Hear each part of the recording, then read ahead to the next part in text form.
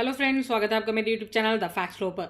जब भी तानाशाह की बात आती है तो सबसे पहला नाम हमारे दिमाग में हिटलर का आता है। लेकिन अगर मैं आपसे ये कहूँ कि एक ऐसा शख्स जो हिटलर से भी बड़ा तानाशाह था तो गलत नहीं होगा। दुनिया का सबसे क्रूर तानाशाह, जिसके बारे में कहा जाता है कि वो अपने दुश्मनों को मारने के बाद उनका खून पी जाता था और तो और वो इंसानों का मांस भी खाता था ताकि वो अपने आप को सबकी नजरों में खूंखार दिखा सके। जी हाँ, मैं जिस इंसान की बात कर रही हूँ वो था अफ्रीकी देश युगांडा का तानाशाह ईदी अमीन। साल 1971 में उसने मिल्टन ओबोटे को सत्ता से हटा दिया था और खुद राष्ट्रपति बन गया, जिसके बाद 8 वर्षों तक ईदी अमीन ने युगांडा पर शासन किया और अपने 8 साल के शासनकाल के दौरान उसने लगभग 6 लाख लोगों को मौत के घाट उतरवा दिया था। सत्ता में आने के बाद उसका पहला शिकार वहां रहने वाले हिंदुस्तानी बने। 4 अगस्त 1972 को ईदी अमीन ने 90 दिन के अंदर सारे हिंदुस्तानियों को 50 पाउंड और 2 सूटकेस के साथ युगांडा छोड़ने का फरमान सुना दिया। उसका मानना था कि युगांडा के लोगों का ही युगांडा की संपत्ति पर अधिकार होना चाहिए। इस फरमान के बाद वहां रह रहे हिंदुस्तानियों में हड़कंप मच गया और सब अपने जमे जमाए धंधे को छोड़कर वहां से भागने लगे।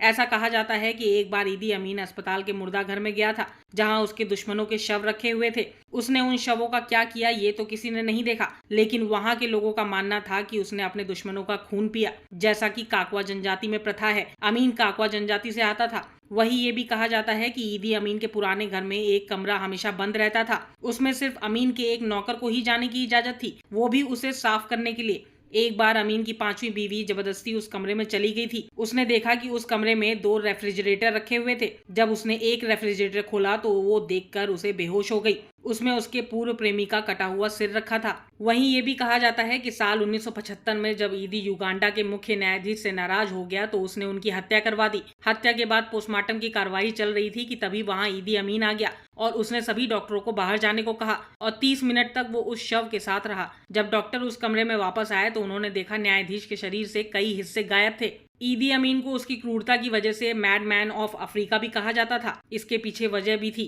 वो ये कि अमीन आमतौर पर लोगों की हत्या के लिए हथियारों का इस्तेमाल नहीं करता था, बल्कि वो कुछ को जिंदा जमीन में गड़वा देता था और कुछ को भूखे मगरमच्छों को खिलवा देता था। उसने अपने पैलेस की तकरीबन सभी खूबसूरत लड़कियों को अपनी हवस का शिकार भी बनाया था। साल 1979 में उसने तंजानिया पर हमला बोल दिया। तंजानिया ने युद्ध लड़ा और युगांडा की सेना को हरा दिया। बचने के लिए अमीन सबसे पहले लीबिया भागा और फिर वहां से सऊदी अरब चला गया। 16 अगस्त 2003 को उसकी मौत हो गई। ईदी अमीन अपने शासनकाल के दौरान खुद को भगवान मानने लगा था। आज भी युगांडा के लोग जब उसका नाम सुनते हैं तो कांप उठते हैं। अगर आपको मेरे चैनल पर दी गई जानकारी अच्छी लगी हो तो सब्सक्राइब कर दें, लाइक एंड शेयर भी करें और आगे इसी तरीके की नई जानकारी पाने के लिए बेल आइकन दबाना ना भूलें। Bye bye.